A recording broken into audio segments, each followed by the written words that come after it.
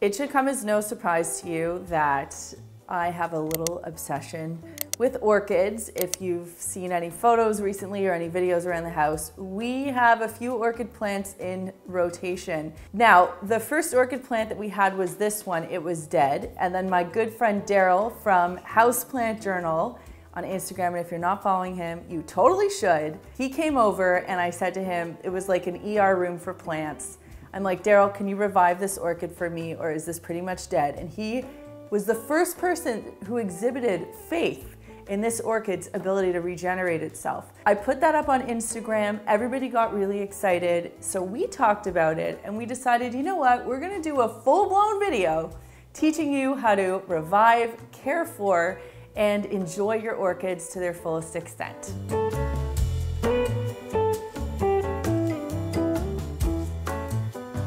So let's start off with looking at the 3 different stages that we have here. This is one that we literally revived and brought back from the dead. So we're going to talk about how we did that. This is one that you helped us pick out a few months ago. The flowers have actually done really, really well, and they're about to fall off, so we'll talk about that. And this is a brand new one, well, brand new for me, not brand new for it. I bought it yesterday at the grocery store because I knew we were filming this today. So I wanted to show, like, if you just bring your orchid home, this is what it looks like and this is what you have to do. So let's start off by covering how long should we expect an orchid like this or like this to last? So orchids are actually a really amazing flower because their blooms tend to last a very long time. And when I say a very long time, we're talking like 1 or 2 months. And if you compare this with other flowers, they can probably die in like a couple days. Some are only like 1 day kind of flowers. So orchids in that respect are really wonderful plants to have. Yeah, and in terms of them dying off, like you can see here, we've got the different stems, and I hope correct me if I'm using the wrong lingo here, but on the one stem, these ones were beautiful up until a few days ago, and then one by one, they just started to croak. Yeah, so that's perfectly normal. After about the 2 months of time, then they start to wilt like this, and even the stem that it's on will start to become yellow, and then the flowers will just drop right off.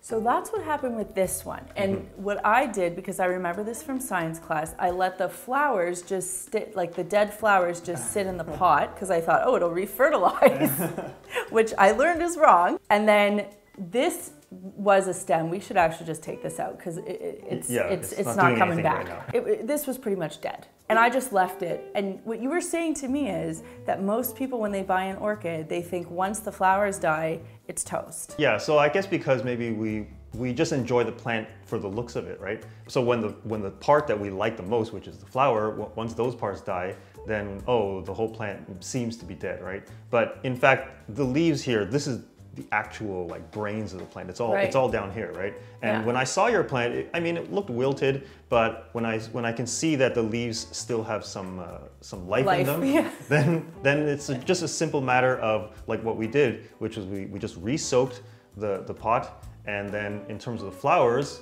what we did was we cut the stem at just above what's called a node, which is these little bumps along the stem. Right. And then how many months ago was that? That was probably 4 months ago. 4 months ago? Yeah. Yeah, and now you can see a brand new set of flowers has emerged from it. Which warms my heart every day.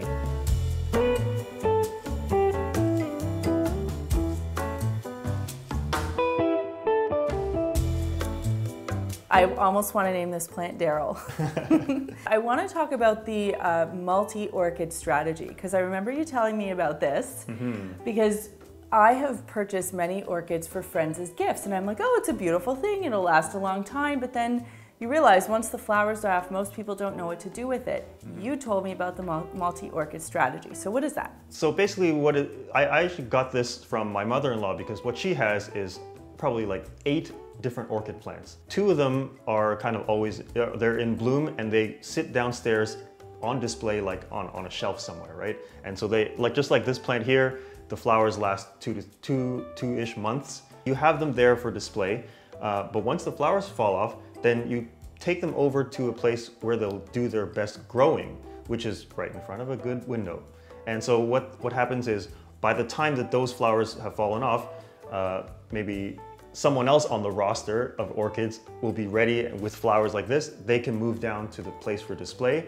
And so when you have this many orchids, and like we talked about them lasting approximately 2 months, if you have 8 orchids that the 2 months you hope will kind of stagger out throughout the year, so that you always have some orchids in a place for display, and then the rest of them are where they grow.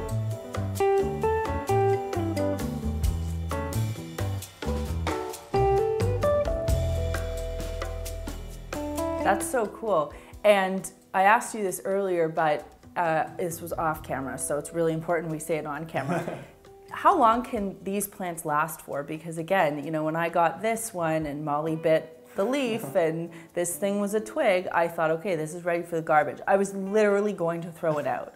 So how long can they last for? So as long as these parts down here, the green, the leaves, and also the roots, as long as those parts have some green on them, then that overall plant can last like many years, up to a decade. Wow. Right? During that time, they'll have intermittent flowering, of course, given proper care. Right.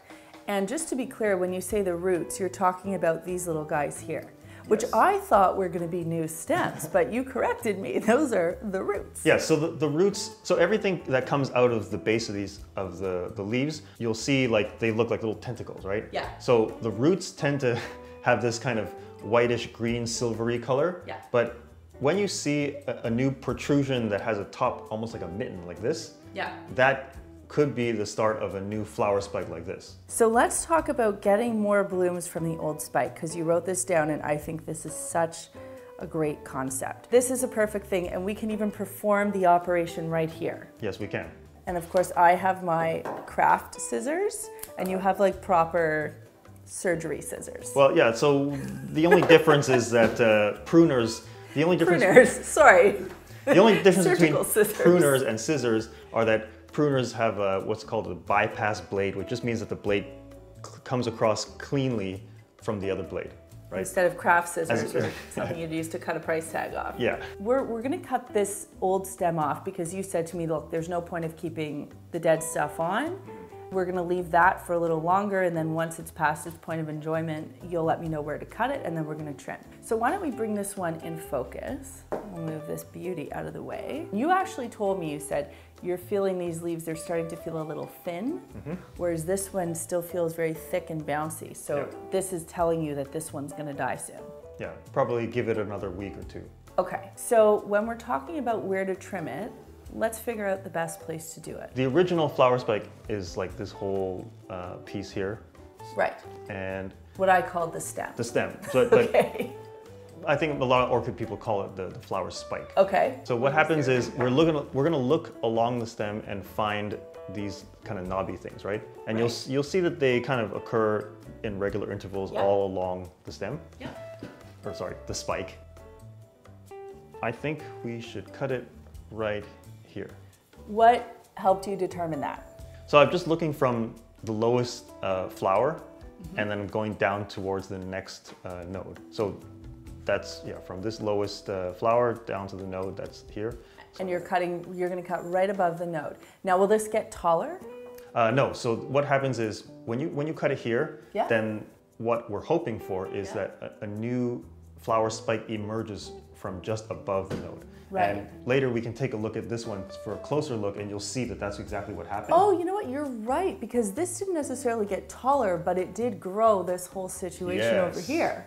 Okay, so we want this situation coming out. This sort of went off into a Y shape, so why did that happen? So what we saw on this plant here, why don't we bring it closer? Sure. So when we cut it, then now we're gonna look at where the nodes are, and here we can see that above here there was a node, and here there's another node, right? And from that lower node, a new spike emerged, which is what this one is here. Yeah. But you can see that from this old one, we're getting additional flowers. So like this one's a really active guy, right? Yeah. It's basically showing its appreciation for us rescuing it. From every node, it's possible for flowers to emerge. Now, usually you'll just have 1 or 2. I've never seen like 3 or 4, but you know, Is that a dare? Let's perform with surgical precision the operation. Show us how it's done. So I guess first we'll take the little Wire harness off. Okay, harness. And That's then, the technical term. I just made that up. So what we're gonna do is just make a cut right above. Okay. Oh, you were beautiful. The circle of life happens, and we enjoy it for the 2 months, and then it's time to move on and encourage new ones to come out. You're absolutely right. So I'll just save the harness. Yeah. And then when this one's ready to croak, what do you think about cutting it just above right there? Yeah, I think that's the right place to do it. There's a node right there, and then if I cut it right above, that'll give me potentially that and that. Maybe. I'm like telling Mother Nature what to do right now. That's sort of the right attitude to have, is like, okay. We just hope that a new flower will come up from there. It's never a guarantee, but we're gonna try our best with lighting and watering after this, and hopefully they'll come out.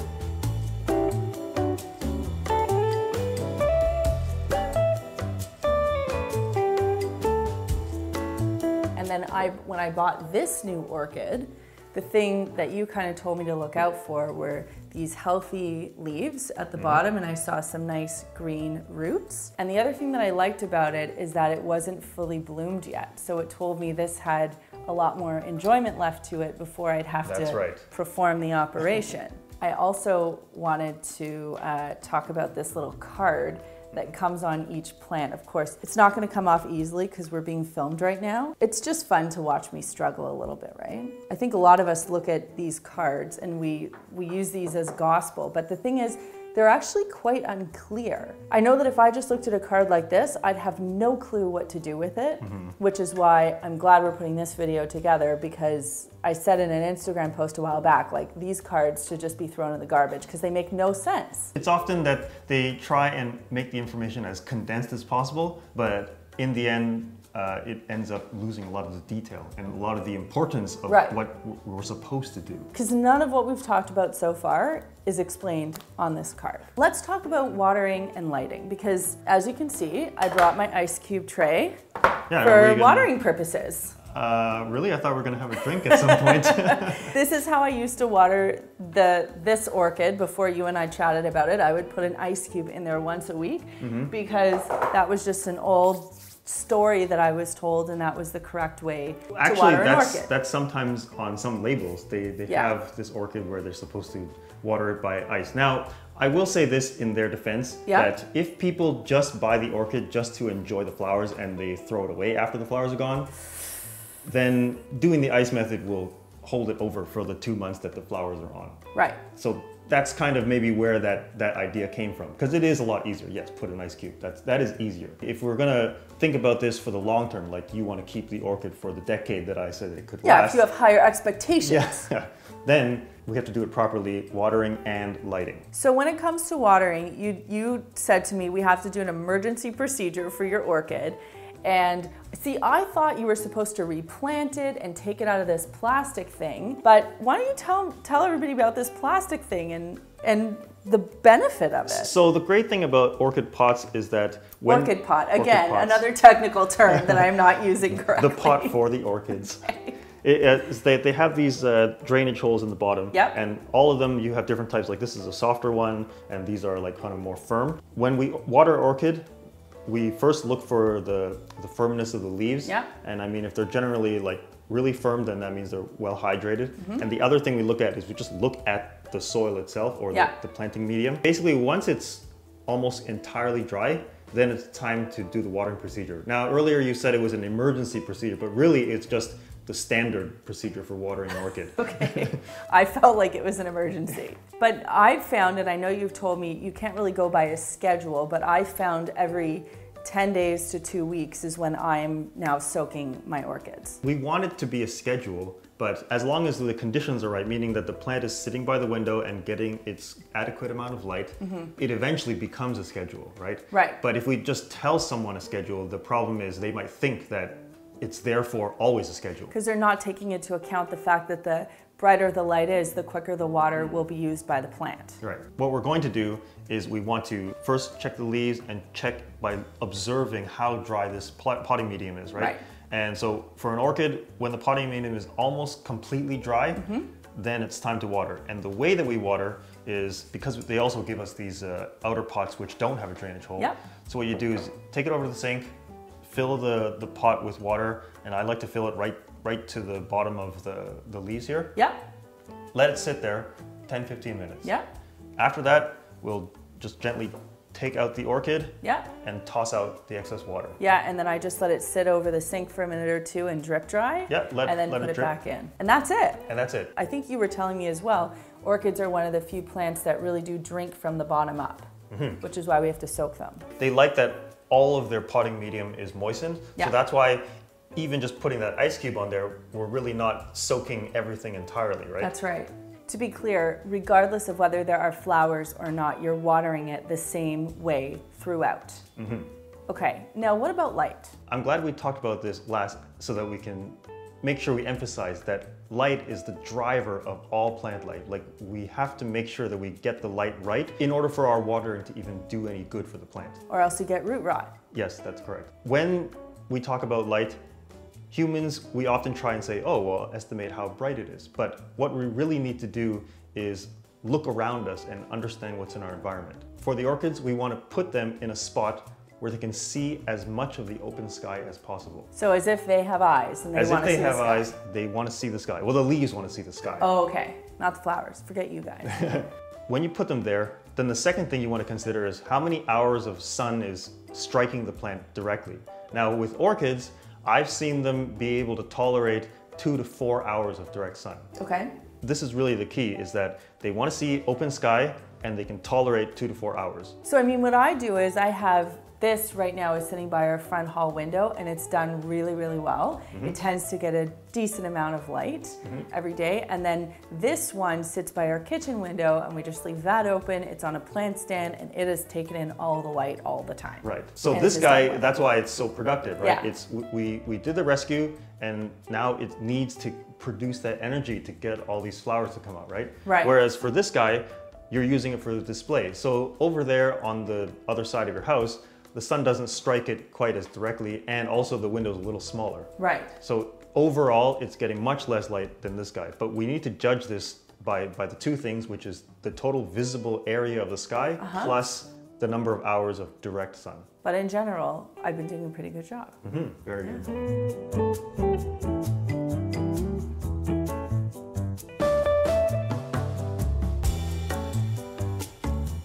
If you want to learn more about Darryl and what he does for plants and for people, you can follow him at Houseplant Journal, both on Instagram and on YouTube. And if you have any questions for Darryl, whether it has to do with orchids or plants or anything else, you can leave them in the comments down below. Darryl, without you, none of this would have ever happened. I never would have revived this or had an orchid rotation strategy, so I owe you a lot. Thank you very much. You're very welcome. I just want you to have a really rewarding orchid experience. This is rewarding. I'm very happy about this. Of course, it's not going to come off easily because we're being filmed right now. And it's just fun to watch me struggle a little bit, right? Here are a couple of other videos I think you're going to love. And there's one over there too. I missed this part. No, that's okay. You were very close. I was about to wave and like, oh right, this.